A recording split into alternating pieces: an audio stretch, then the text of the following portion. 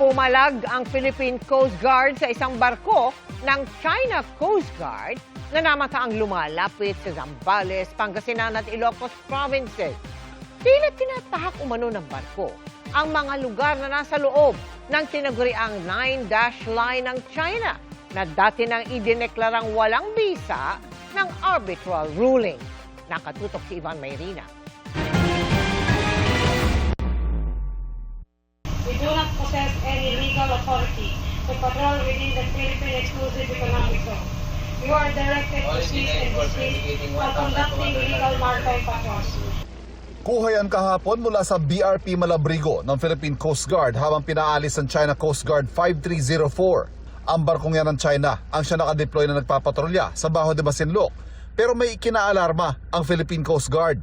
It became alarming lang sa amin sa Philippine Coast Guard, the reason why the Commandant Admiral Ronnie Hilgavan deployed BRP Malabrigo, and of course we did an MDA flight yesterday, is because it attempts to get closer sa Ilocos and Pangasinan and also in Zambales. And based on our observation, parang tinatahak niya yung track ng kanyang alam naman natin, yung illegal 9-dash line ng Chinese government.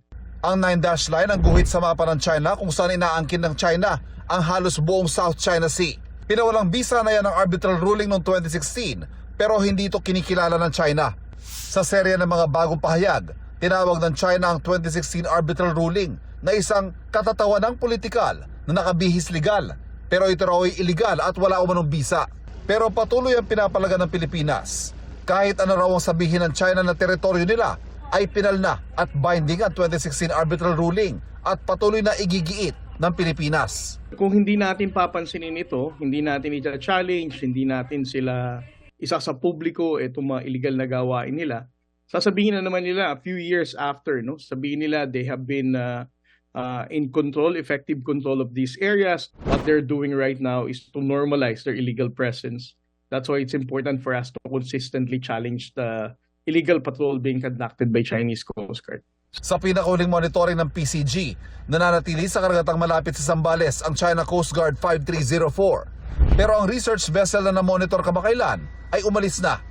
Hinala ng mga maritime expert paunang hakbang lang ang research vessels at paglalagay ng floating platform sa planong militarisasyon sa South China Sea.